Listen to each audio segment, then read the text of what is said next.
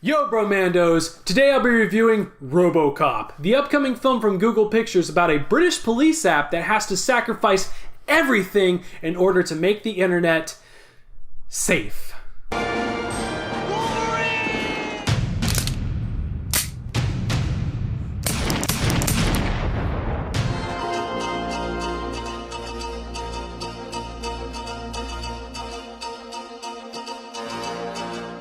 This is Media Break. You give us 3 minutes, and we'll give you the world. Good evening, I'm THOMPSONATOR. Tonight's top story, South Africa. The threat of famine is escalating quickly for the Rainbow Nation, as the ANC ruling government affirmed again today its dedication to burning the fields of white farmers in an effort to rid the country of privileged potatoes. We'll be back in a moment. Detroit, undisclosed future. Massive crime and underfunding has led to the incorporation of public services such as law enforcement. While police unions threaten to strike, their new parent company, Omni Consumer Products, schemes to replace cops with loyal robots efficient in urban pacification. One of these programs involves placing a recently deceased officer into a machine. This program is called RoboCop. Meet Alex Murphy, a likable cop who will become the program's first volunteer after an unlucky run-in with old Detroit's cocaine kingpin, Clarence Boddicker. Transformed into a nearly indestructible juggernaut, the revived Murphy is no longer a man, but is now a piece of corporate hardware. Can Murphy, now RoboCop, reclaim his identity? And will he be able to stop the city's corruption, which, as anyone can guess, goes all the way to the top? Yeah, RoboCop doesn't take itself nearly as seriously as I just made it sound. As awesome as RoboCop is as an action film, it's honestly more of an over-the-top satire of 80s corporate culture and American consumerism. And other than the robots, there's nothing futuristic about it. Like, when does this film take place exactly? The 80s, man! The hyper 80s! Just roll with it! It's also considered to be one of the most violent action films ever made, largely thanks to scenes like this.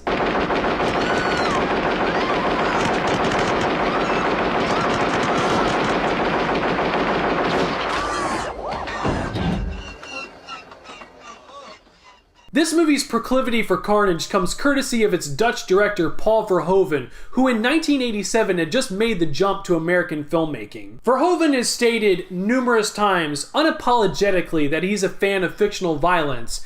And, you know, as an adult who can tell the difference between stuff on screen that's fictional and the real thing, yeah, I agree 100%. People who like RoboCop are probably familiar with Verhoeven's just as equally balls-to-the-wall follow-up, Total Recall, but both of these hard-R sci-fi gems are tea as to crack compared with his previous flick starring Rutger Hauer, Flesh and Blood. That movie, in short, is holy shit.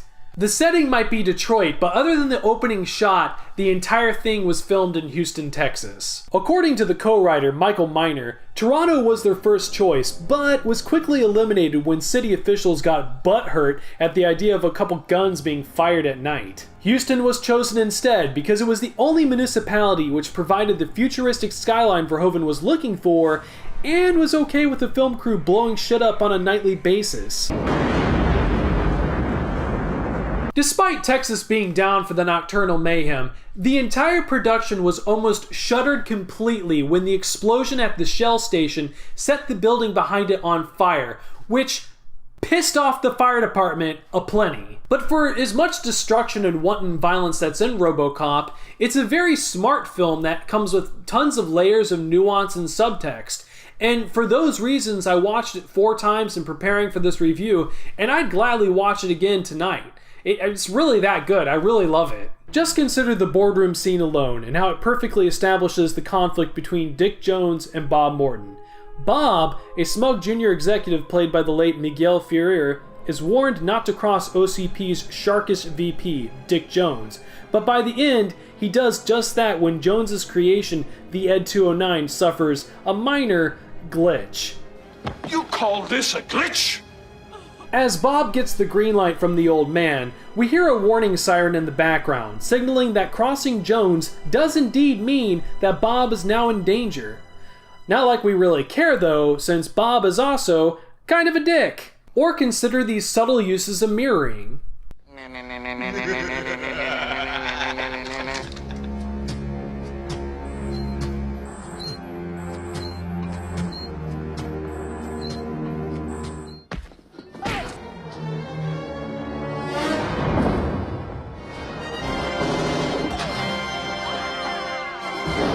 Of course, I have to spend some time praising the performances in this movie, especially Peter Weller, who spent weeks training with a mime learning how to perfect his robotic movements, only to find out 2 weeks into shooting when the suit finally showed up on set that he couldn't move inside of it. Ah, the suit. Enjoy it in every frame of its iconic glory, bromandos, because that one costume alone made RoboCop hell to make. The suit, which cost about $1 million, arrived late into production after several months of arguments that finally stalemated in Verhoeven and the designer Rob Bottin no longer speaking. While certainly well crafted, its bulky size eliminated early choices for Murphy like Arnold Schwarzenegger and Michael Ironside, since they were simply too big. Also, the suit limited how RoboCop could be framed on film. Specifically, the camera had to avoid focusing too closely on the ass flap, which was made of rubber and had a tendency to jiggle goofily.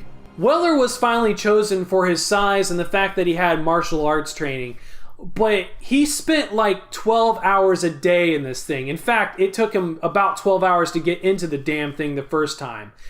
12 hours a day in the Texas heat.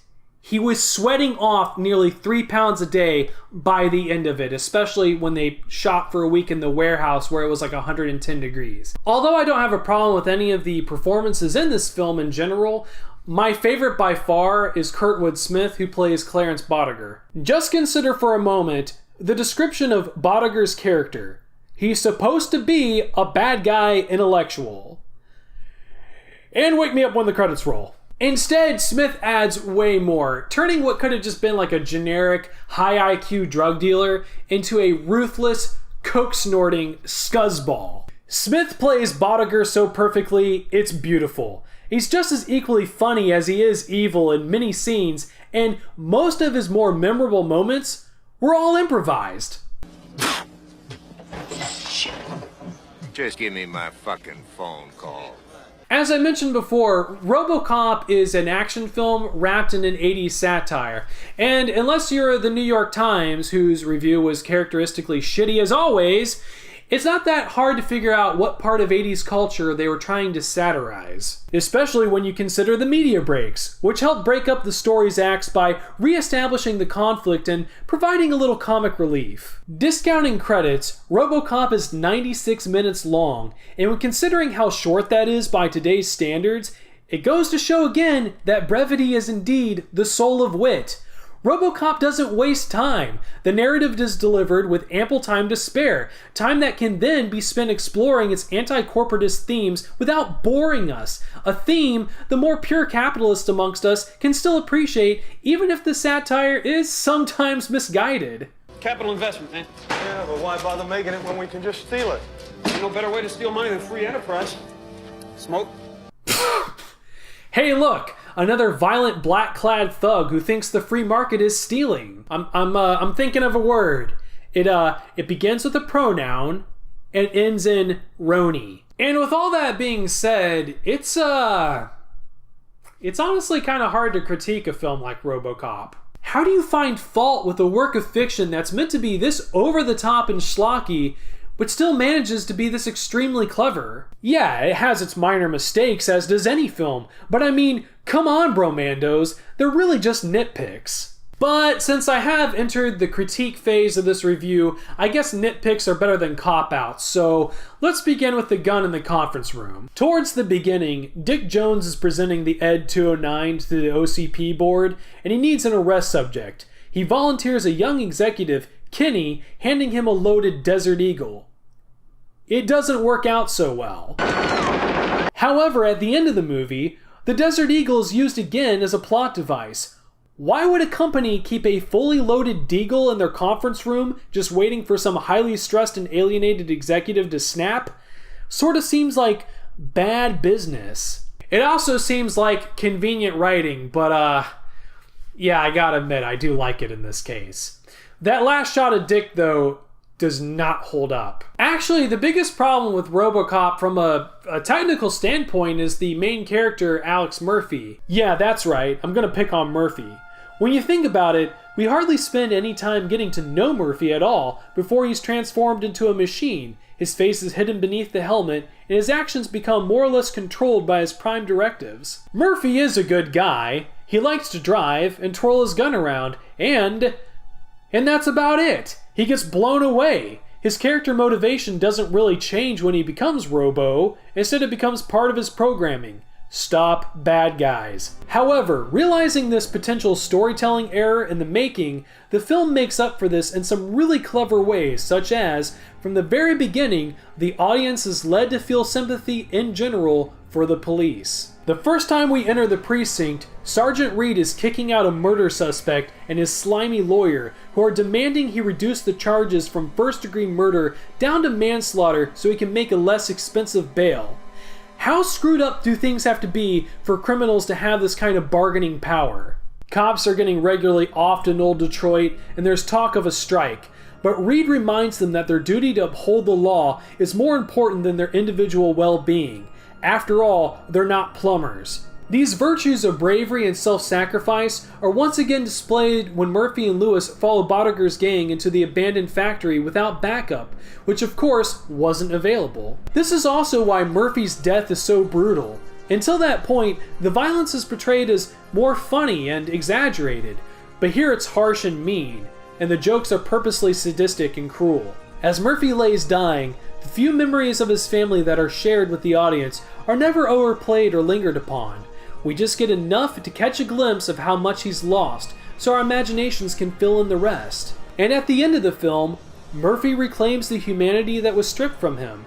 He is once again himself, but now with the powers of RoboCop. He has more or less returned from the dead with his elixir, as many heroes do when they've completed their mythic journeys. Paul Verhoeven has stated in interviews that RoboCop was meant to be representational of an American Jesus. He is crucified, he resurrects, he saves people, and he even figuratively walks on water by the walls of Jerusalem at the end. And although this intention may seem a little odd, it's so understated that it works more as another layer of storytelling than it does really a fully fleshed out motif. So, yeah, my critiques aren't really critiques, you know. RoboCop is pretty great. And now it should be time for If It Were Made Now, the part of the show where I pitch the film I'm reviewing if it were made now, except that RoboCop did get remade, back in 2014. So instead, it's time for RoboCop 2014 Mini-Meter Movie Review. Okay, so RoboCop 2014. Alright, imagine you take the original film and, like many remakes, suck everything good out of it and name what's left of the abortion RoboCop 2014. Beyond the concept of robot cop, this movie gets literally nothing right. And yeah, I am purposely using the word literally there. The attempts at satire short circuit after about 10 meandering minutes before the whole thing just descends into dull PG-13 tripe. Alex Murphy never dies, he never has to search for his identity, and I'm not sure what the filmmakers were thinking because his character isn't portrayed as being all that likable either. In other words, they took the character arc that made the original Murphy so endearing and just kind of threw it into the delete bin. And besides, his transition from man to cyborg is just boring. He doesn't get crucified by shotguns. No, instead he just gets blown up by a noticeably CGI'd car. It takes a whole hour for Murphy to become RoboCop. This remake is 30 minutes longer than the original. It's not even half as smart. It's the creme de la creme of shitty remakes. Seriously, RoboCop 3 is better than this crap. And in short, no, I wouldn't buy it for $1. I wouldn't even buy it for 10 cents. No, in fact, I'd buy it for 1 cent. I buy every copy in the world for 1 cent so I can throw it in a landfill and light it on fire with some gasoline. RoboCop Macho Meter Movie Review will be right back after these messages.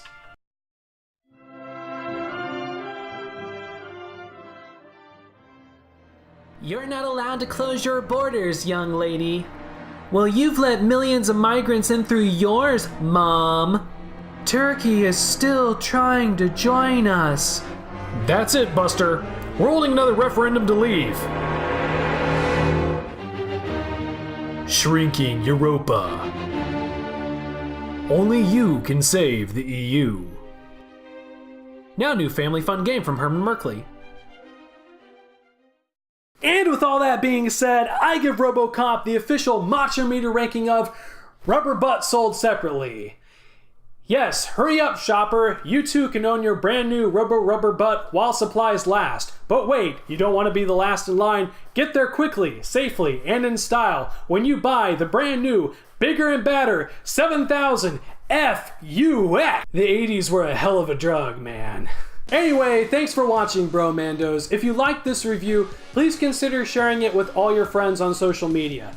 I think in 2018, that's probably the best thing you can do if you want to help smaller creators out. Speaking of friends, I want to give a shout out to my bromando John Goris, who sent me this pack of original RoboCop 2 bubblegum trading cards. He also sent me some bubblegum, which I think is also the original.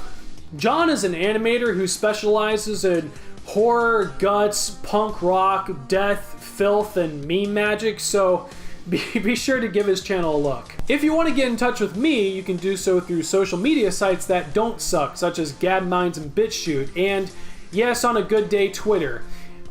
You can also subscribe and hit the bell for notifications on YouTube. I'm pretty sure you already knew that. Anyway, thanks again for watching, Bromandos. Once again, I'm THOMPSONATOR. I'll see you again soon for more action.